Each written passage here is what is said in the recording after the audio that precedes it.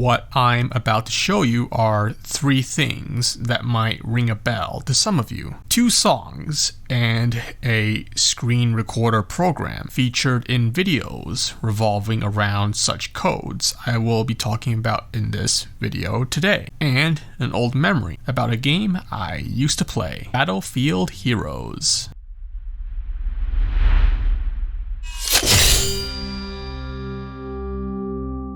This was around 2010. As far as I can recall, and correct me if I got anything wrong, this was the first year codes for Battlefield Heroes alongside other games, such as, but not limited to, Dead Space 2 and Sims can be purchased during that time. If anything that comes to mind revolving around these codes, the website Dr. Pepper had at that time to redeem these codes was actually my favorite of their era. The design of the website was really eye-catching, a good emphasis on colors and functionality of the website. Again, this was a different time. While I was one of them who had the chance to get battle funds, the in-game currency that you could purchase with real money, and back when I heard about the codes you could redeem to get in-game items, I was looking around for codes to redeem, and if anything revolving around content creation about these codes you could redeem,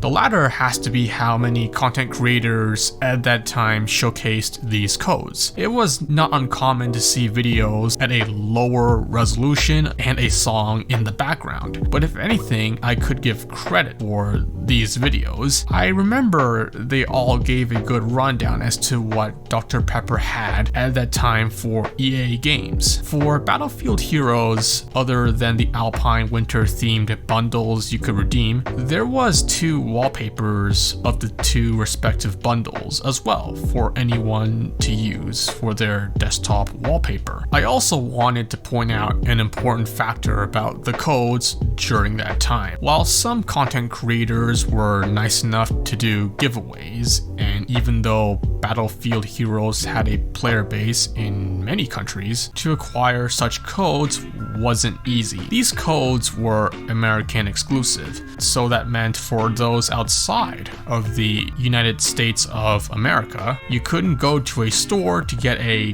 Dr. Pepper bottle with a redeemable code. But in the summer of 2011, I did go to Portland, Oregon with family members, and while I was there, I was lucky enough to stumble upon a Dr. Pepper drink on a shelf at a grocery store, and on it was a code I could redeem. But other than the code, the chance to travel to the United States during that time did give me a chance to try out many flavors of Dr. Pepper, and from what I recall, given the amount of flavors of soft drinks you can find in the United States, my choices back in Canada were limited because not all flavors were available. But before I get to the next point, if anyone is asking, yes, my favorite Dr. Pepper drink was Dr. Pepper Cherry, and if anyone still remembers, there were also gift cards exclusive in the United States that you could redeem for EA games. Yes, these were also another legitimate way to get battle funds as well.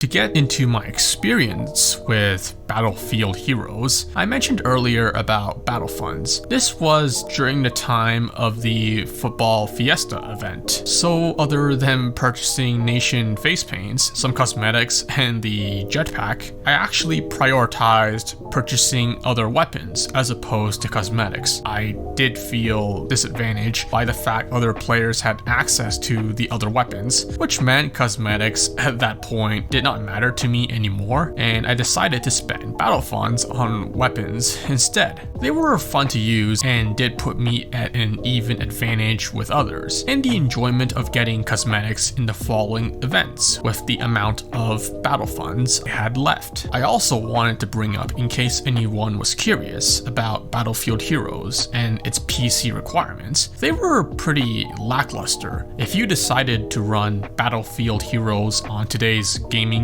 computers, no doubt you will have no trouble at all running the game. But for my experience during the years Battlefield Heroes was still around officially, I only had a laptop, which meant I had to run on very low video settings along with a cooler for my laptop, which wasn't built for games.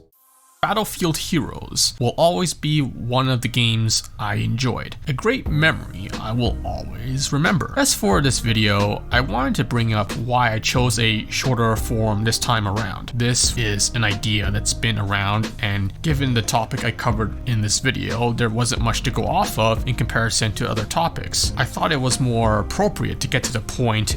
I am aware such video formats include things such as going into the history of a company, if not the history of an idea itself. Personally, I thought such aspects wouldn't be required because, as I said earlier, viewers just want to hear the highlights and to get to the point. But that's just my opinion and, of course, my personal experience of what I observed. As for the possible question why some of my commentary videos have more images as opposed to video footage, I find this style to be a lot easier to go with. This is something you will also see others go along with as well. And if anything, it makes the render process a lot easier, and the final file size isn't too big, so even the uploading process is easier to deal with. What about all of you? I think some of you watching this video have played Battlefield Heroes back in the day. What was your experience like? Did you redeem anything exclusive? But anyways, my name is Dragon Actual, and thanks for watching. See you next time.